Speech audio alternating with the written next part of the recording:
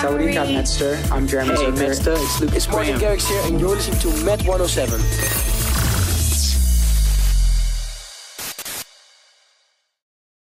So, สวัสดีครับ Nile Rodgers. My name is DJ Baj from Met 107 Bangkok radio station. Can you please greet our listener and can you say hi to all your fans in Thailand, please?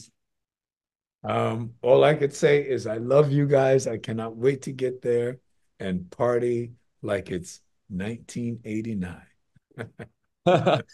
I really like your room. Your room is like it's like a super cool virtual background, but actually it's the real background, you know.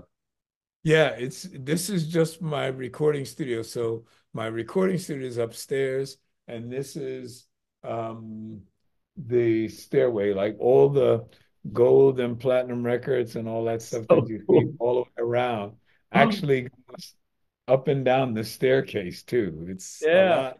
And over there is Get Lucky, Get Lucky, the Wow. B-52s, and so many others. Yeah, this is like a Hall of Fame. It's like you're all Hall of Fame, like platinum record or like multi-platinum record museum. Yeah, Yeah, it's a lot. cool. So I would like to ask you, have you been to Thailand before? Many, many, many times, but Yeah. never to perform, only to party and have a good time and Uh-huh. relax. When I went to, I'm trying to think, what did I write when I went there? Uh-huh. So imagine this. So um, I go to Phuket Wow. and I check into the hotel and I'm thinking, I'm so upset. I'm not going to know anybody. As soon as I walk into the hotel, I see David Bowie is sitting there, and then I look over to the right at the bar, and there's everybody from In Excess, and I went, wait, a minute. Like Michael Hutchins, what are you doing here? Like they're going, man, we love it here, and and Wow. uh, and then when I go to Bangkok, oh my God, the partying, the Yeah. late nights, the beautiful girls. Oh. I used to have so much fun. You have no idea. As I said to the other journalists, I love everything about Thailand, the food. Um, I mean, my cook, she makes like Tod Man Pla for breakfast for me. Wow.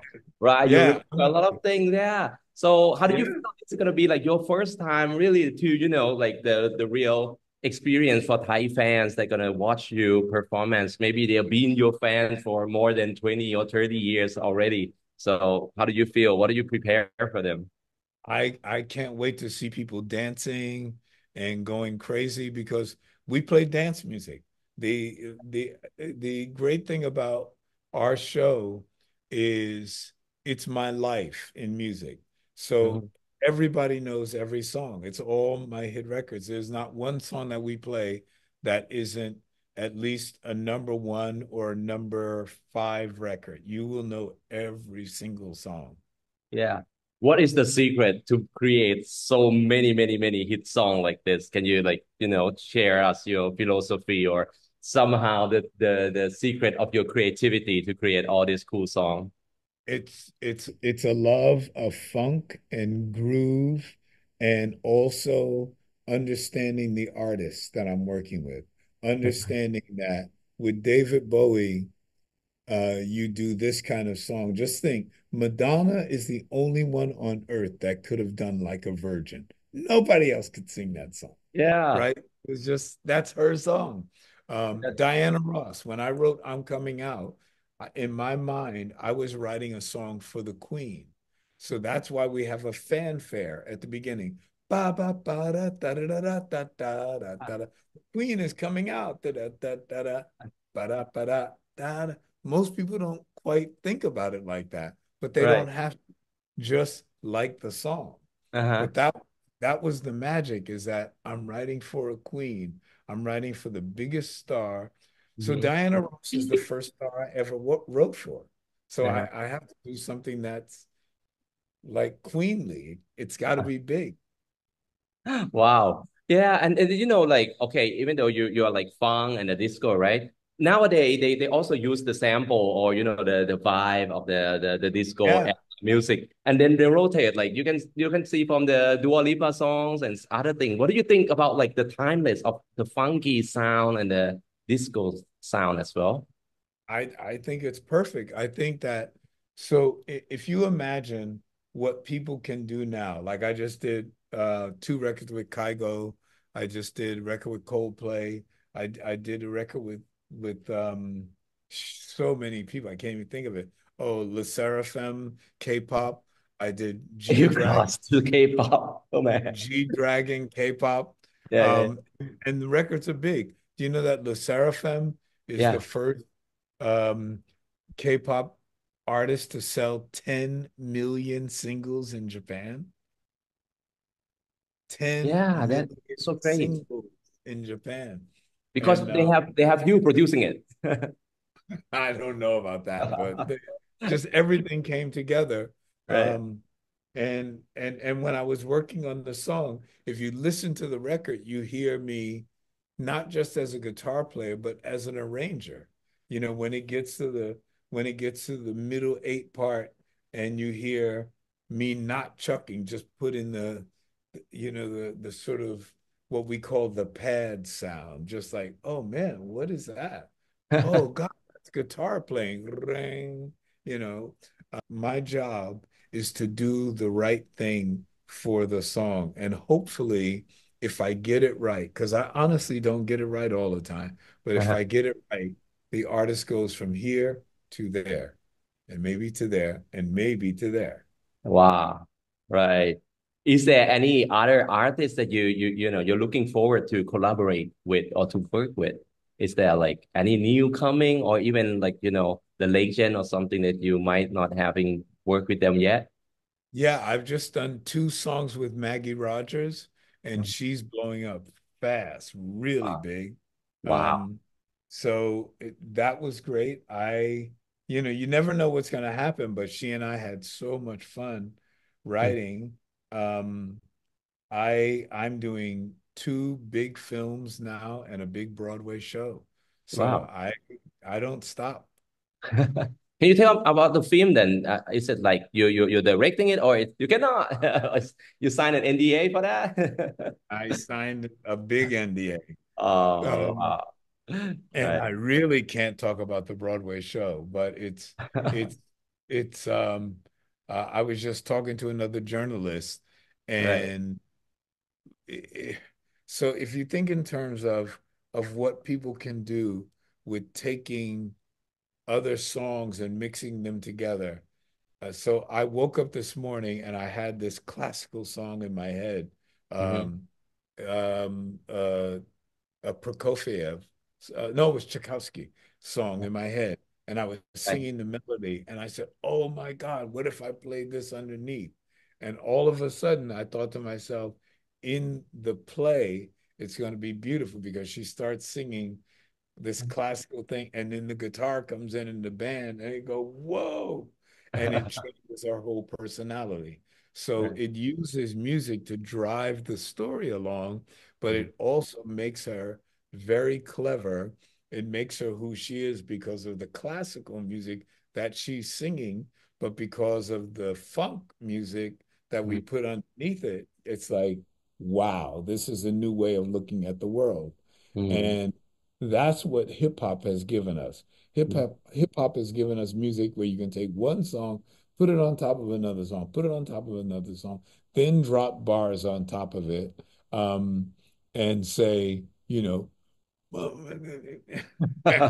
then all of a sudden you have three musical ideas that come out as one. Well, if you have a musical background like me, I can give you five musical ideas and it'll come Wow. out as one because I know the rules. So sometimes they're just hitting a button and guessing and going, wow, that's cool. I could hit the button and guess and then say, wow, what if I did this to that? So we'll Wow. see. Let's see what the rest of my life is like. Yeah, it is so amazing. I have to tell you, I'm really happy to talk to you. I didn't expect so much happiness I get from you just in interviewing you for like, an online, but you really inspire me a lot. So, can you what do you feel about nowadays the music industry that is so fast paced and all, sometimes all the remix speed up and do you think it's normal or what do you feel toward that? So the only thing I miss is that there's so much music that people don't get a chance to hear the greatness of Mm, some of the things that come out because it's just like fast, fast, fast. I yeah. mean, I forgot the numbers of music that's released every week. It's like crazy. How can you possibly absorb that? So only a handful of artists rise to the top.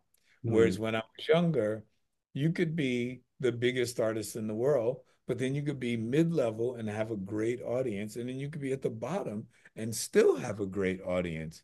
You could mm, be a regional talent that's only big in, say, New York and things like that.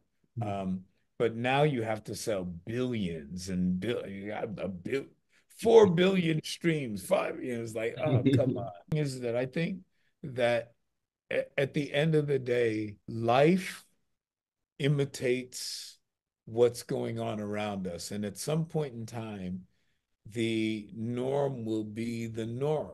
And if the norm is that we have to have a Mm, hundred records at one time, mm, then people who are very clever will mm, figure out how to make those 100 records really cool so mm. that you love the 2 minute song that you hear. Right. Because when I was younger, the records were 2 minutes and change. Then they got longer. We invented the 12-inch, and my first record was 11 minutes long. Yeah, exactly. Now they're only like 2 minutes or Two yeah, minutes, I and people know. will use it only 15 seconds or maybe even less. Right. Yeah. So what advice would you like to give to like the new generation artists nowadays? What philosophy from your life experience that you can sum it up and try to inspire the new generation? Honestly, just say life is very, very short, and you should enjoy it and try and be good to people. Try and have as much fun as you can, because as someone once told me, the only thing in life that's a guarantee is pain and suffering. So the Mm, people who are truly happy are the ones who can take those moments of happiness and enjoy them to the full. So that's why when we come out on stage, we say right away, mm. okay, Yeah. here to Right. dance and party and have a good time. Right. And I even played, and you'll understand this. I played in a very strict Arabic country not too long Mm, ago. And when I walked out on stage, I was just looking around and I happened to see this woman and our eyes met. And somehow in my heart, I knew.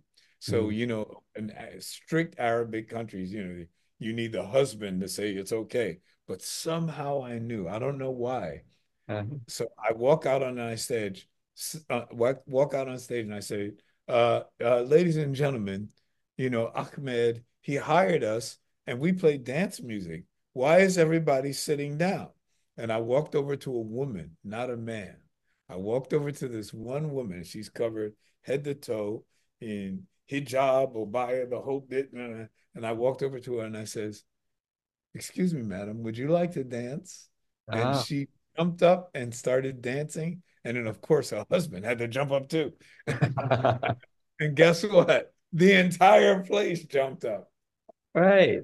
And it was and I thought to myself, that's people. That's real people, man. Like, so the government can say one thing, the government can do whatever, but when you touch people in their heart, in their eyes, in their soul, that one woman, she stood up. Her husband had to stand up. The whole place stood up. And then we went, one, two, aw, speak out. And they went crazy. Oh, that is such amazing stories. I would like you to kind of like, share to invite all the Thai fans. What surprise is that? Any surprise you can reveal a bit that you prepare for us on your next month upcoming performance here in Bangkok? The only thing I can say is that the show that you're going to see we've never done before because we make it up every night. Wow. So we look at so imagine, even though I'm a guitar player, I look at the audience and I try and read the audience just like that woman. Like I saw that one woman. I Wow. didn't, I didn't, honestly, I didn't know I was going to do that. When I Uh-huh. saw one woman, I said, let me try this. And it worked. So whatever you see is we've never done before. So Mhm. yes, the songs we may have played, but the way we play it, the way we do it is going to be the first time we've ever done it. And because I have so much confidence in my band, they follow me. They're going to know they just know what to do. And the other thing, my friend, is if we make a mistake, I don't care. I just stop and say, whoops, I'm sorry. Hold on. Let's try that again. One, two, oh, freak out, whatever, or whatever. Or we are family. Yeah. I don't know. I don't know what it's going to be. Or let's dance. I don't know. But Wow. but we believe in music and we believe in the power of music. And you know what, brother? We believe in the power of people, the people of Thailand. We believe in people. And we think that when we get out on that stage, we have something to give to you and you have something to give to us. Wow. And we expect it. And I tell them that when we get on stage, we're not just here for you, you're here for us. Because if you don't sing, it doesn't sound like Chic. If you listen to our records, it's like, oh, freak out. It's like, it, Right. you Okay. gotta sing. I understand. Wow, it's really, I can't miss. I have to be there as well. And I would like to all the listener and all the fans in Thailand to be there for you. And honestly, this is really unexpected outside the script. You really give me positive vibe. Like you recharge my energy to the top. The truth, you really give me it is super cool, positive energy. I'm really thankful. Thank you, sir, a lot. You really give me good, positive energy. I really appreciate it. So I'm Please looking forward. Yeah. come back and meet us, please. That'd be Yes, great. I'm looking forward for your show, your performance next month, and I hope everyone do as well. So thank you very much, and a lot of love from Med 107 and a lot of love from Bangkok, Thailand. Thank you. Peace.